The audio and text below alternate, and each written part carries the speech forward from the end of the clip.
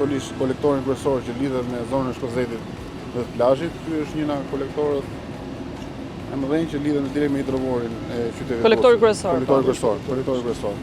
Tu ka qenë problematika më e madhe dhe gjatë përmbytjeve dhe duke parë që ishte më problematike, menduam që ne të ndërhynim me këtë segment, që është baza e kullimit të urit edhe për plazhin, njëkohësisht është edhe për Shkozetin. Por njëkohësisht ka ndihmuar edhe për këtë zonën e Knetit. Gjithë zonën po, nga pas po. Mirë, po, puna këtu futet ke mirëmbajtje e zakonshme. Pra ndryshe nga pjesa e plazhit dhe Shkozetit, ku ne kemi ndërhyrë duke prishur komplet oborret e banorëve të cilët kishin mbyll kanalin dhe e cila ishte pranë shtet, rruga Siriusi.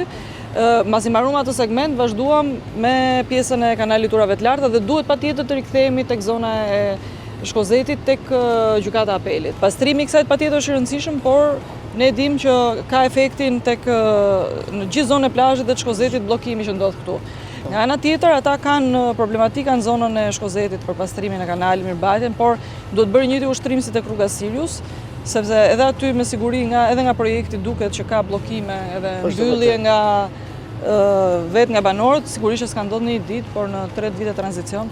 Dhe jemi të vendosur që do ta kryejmë gjithë aksin në mënyrë që të jemi të përgatitur që në sezonin e rreshjeve, të cilat janë çdo vit më intensive, të kemi mundësi të minimizojmë efektet e ndryshimeve në mjedis që ka, apo edhe problematikave që ka terreni, sepse zona e Durrësit të Ri e dim shumë mirë që është një zonë e cila shpeshherë objektet janë ndërtuara nën kuotat e rrugës, nën kuotat e trotuarëve dhe gjithë shiu që bjen i futet brenda shtëpi, por sigurisht që rol kryesor kanë kanalet, të cilat ne gjatë stinës së verës do të vazhdojmë me pastrimet në gjithë gjatësinë e tyre.